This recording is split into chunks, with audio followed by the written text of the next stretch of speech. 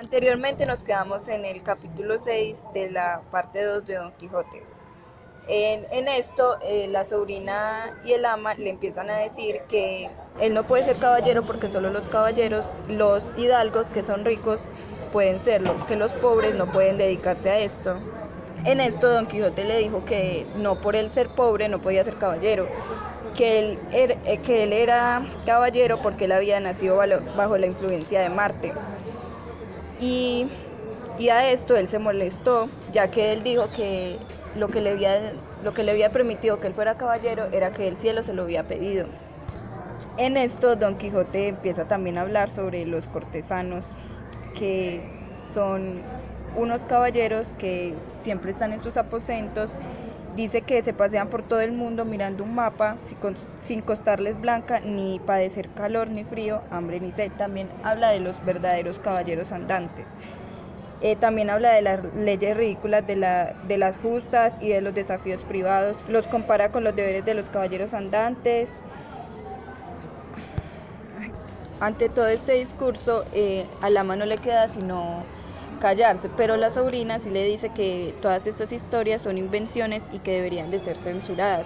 A lo que Don Quijote se enfada y le dice que cómo es posible que una rapaza que apenas sabe menear 12 palillos de randas se atreve a poner lengua y a censurar las historias de los caballeros andantes. En esto la sobrina impertinente le dice que es un viejo y enfermo y le vuelve a repetir que solo los hidalgos pueden ser caballeros, que los pobres no. Y en esto empieza a hablar de los 4 tipos de linajes. Bueno, con respecto a esto, Don Quijote habla sobre varios tipos de linajes como para, digámoslo así, un poco intentar dar a entender de dónde él había surgido, pues digámoslo así, una característica. Él dice que los linajes que empiezan desde pues, de ser un mozo de la nobleza, pueden llegar a ser de la realeza. Eso se llaman los plebeyos. Eso, pues sí. Otro linaje es que empiezan desde la realeza, o sea, sus antepasados son de realeza y ahora su descendencia también va a ser de realeza. El otro es que su descendencia sea de realeza, pero que al final termine, por ejemplo, su descendencia nobles, mozos, o sea que prácticamente muchas familias se destruyen con el tiempo. Y la otra es que eh, inicien desde abajo, por ejemplo los mozos y cosas así, y terminen ahí. Por ejemplo, que es lo que pasa con muchas personas, como lo que pasa con Sancho y con todas esas personas alrededor de Don Quijote, que siempre están ahí y él menciona que siempre están ahí, que prácticamente como que se estancan y no son capaces ni de subir ni de adquirir un cargo para, por ejemplo, sostener a su familia.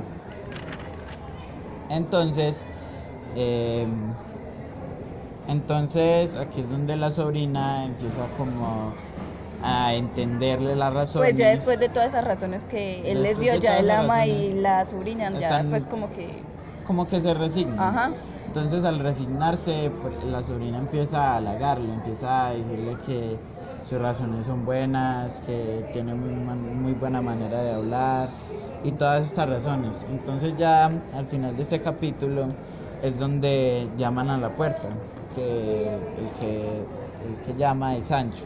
Y después de esto ellos dos se encierran en su aposento. Se encierran a hablar y el ama se esconde a escuchar qué era lo que iba a pasar y todas estas cosas. Y en esto termina el capítulo 6. Y empezamos el capítulo 7.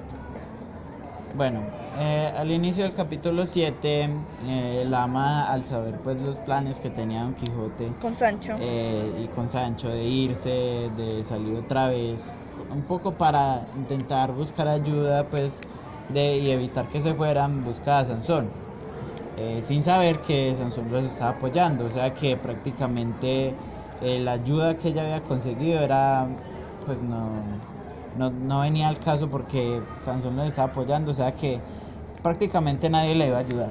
Entonces, cuando se encuentra con Sansón, ella le dice que se disponían a tener su tercera salida y ella le dice textualmente: mi amo se sale.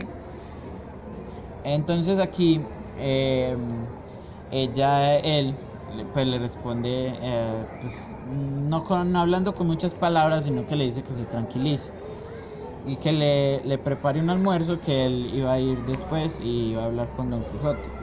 Pues supuestamente era lo que tenía planeado. Entonces la ama, pues al ver lo que le estaba diciendo Sansón, y que era un estudiado, que era una persona pues que sabía de las cosas, que iba a impedir de que Don Quijote saliera.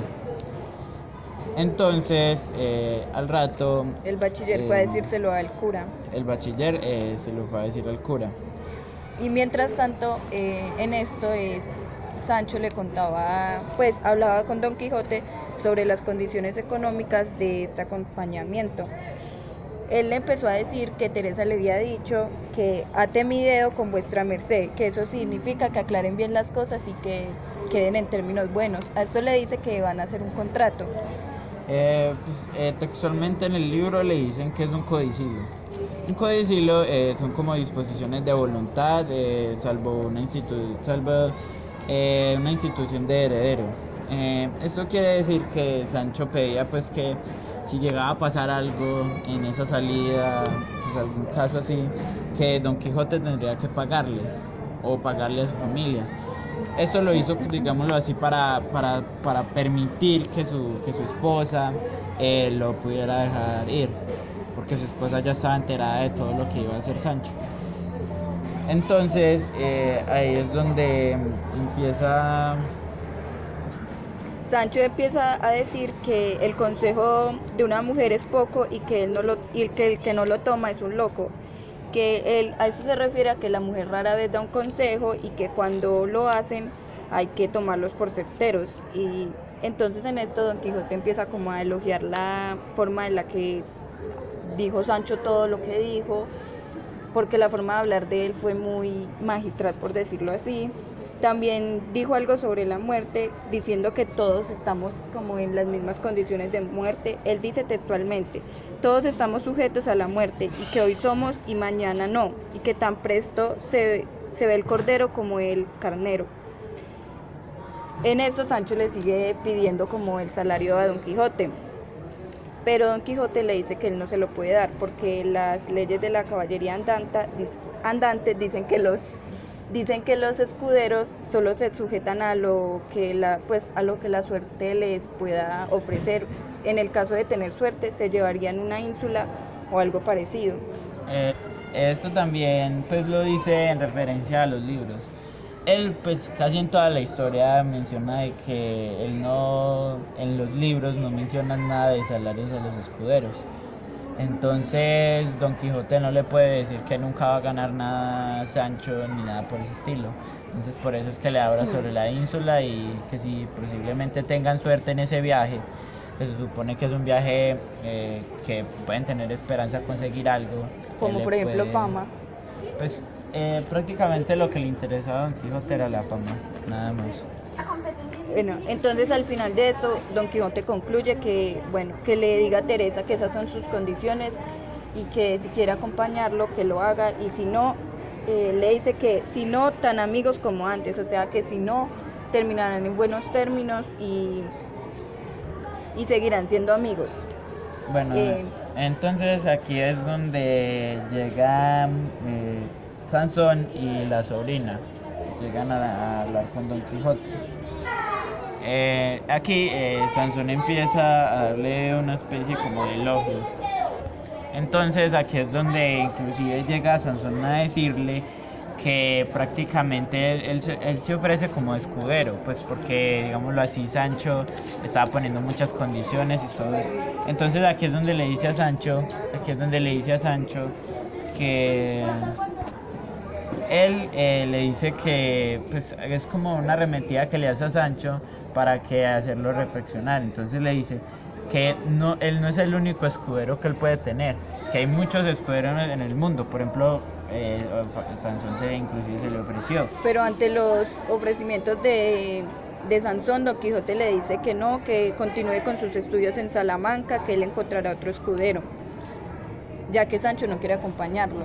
En esto Sancho se pone a llorar Y Sancho muy leal, aquí pues en este capítulo como que se resalta mucho eso, la lealtad de Sancho a Don Quijote, que le dice que bueno, que él solamente le pidió un salario para complacer a su mujer Teresa, y que no, que lo, pues que él seguirá con él en todas las aventuras que vengan de aquí en adelante, y que se prepararan para salir en su tercer salida. Bueno, entonces en esta parte el bachiller les da permiso pues de que salgan a hacer su tercer viaje.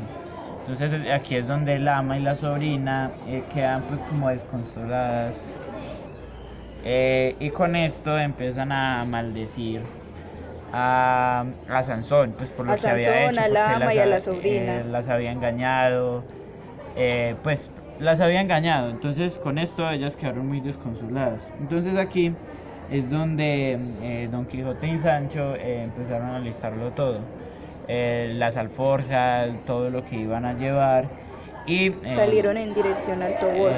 salieron en dirección al Toboso por la noche. Y en esto Sansón salió con ellos a despedirlos y les dijo que por favor que por favor le dieran noticias sobre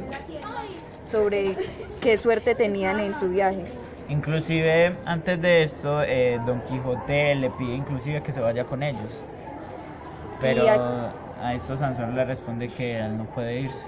Y aquí termina el capítulo 7 y empezamos con el capítulo 8. Bueno, entonces en el capítulo 8 comienzan haciendo énfasis en que el narrador, que pues toda la historia es ciegamente Benengeli, dice o manifiesta que está muy contento al, digámoslo así, al ya tener una historia que era la tercera salida de Don Quijote y Sancho. Entonces también hace referencia y le pide al lector que se olviden de las pasadas aventuras y que presten atención a las nuevas, que lo más seguro mejores es que sean más interesantes que las anteriores. Entonces cuando se devuelve el bachiller, entonces ahí es donde Rocinante relincha, y entonces ahí es donde Sancho toma esto, digámoslo así, como un buen agüero. Bueno, digámoslo así porque eran las características que se vivían en este momento. La mayoría de cosas se basaban de agüeros y señales. Entonces, a medida que caminaba Sancho y Don Quijote, se iba haciendo más de noche. Entonces Don Quijote tenía mucho miedo del no llegar al Toboso bien. A tiempo. Con referencia a ellos, porque iban al Toboso, era porque iban a pedir la bendición de Dulcinea. Entonces él textualmente dice que por ninguna cosa de esta vida hace más valiente a los caballeros andantes que verse favorecidos de sus damas. Esto quiere decir que ante toda aventura, primero deben de tener la bendición de su dama, ya que esto les dará más suerte y se verán más beneficiados. Después de todo esto, Sancho le dice a Don Quijote que como él ya había ido antes a entregarle la carta que él le había mandado en la aventura de Sierra Morena, él le dice que solamente la podrá ver por las bardas del corral, a lo que Don Quijote se enojó demasiado y le dijo que no, que esos serían corredores de algún palacio. En esto Don Quijote sigue idealizando a Dulcinea y dice que los rayos de su belleza le darían fuerza para continuar. Prácticamente dice que es tan hermosa que ella será la que lo conllevará a él al Toboso, donde se podrán ver según él, los corredores de un palacio. Sancho le dice que todo puede ser, pero que a él le habían parecido sinceramente, como decía, Sancho le dice que a él le habían parecido la barda del corral. Pero Don Quijote sigue insistiendo que no, que son los corredores de algún palacio, porque ya él piensa que a toda parte que va es un palacio o es algún castillo. A lo que podemos deducir que Don Quijote se volvió otra vez loco, pues se podría decir, o podrían decirlos la ama o la sobrina. A todo esto, entonces Sancho le hace una pregunta a Don Quijote. Y la pregunta es que de todos esos caballeros pues que hacían hazañas, de todas las hazañas que hicieron, pues que están muertos en este momento, que a dónde se habían ido. Entonces Don Quijote inclusive le responde textualmente: los gentiles sin duda están en el infierno, los cristianos, si fueron buenos cristianos, o están en el purgatorio o están en el cielo. Entonces aquí es donde Don Quijote y Sancho empiezan a conjeturar todas esas partes de lo de las sepulturas y todas esas partes de donde podrían estar sepultados todos esos caballeros. ¿Qué quedamos en Aquí Don Quijote dice que los caballeros que tienen bastante fama incluso pueden acabar con los pecados capitales, y Sancho empieza a hacer conjeturas sobre los caballeros que tienen fama.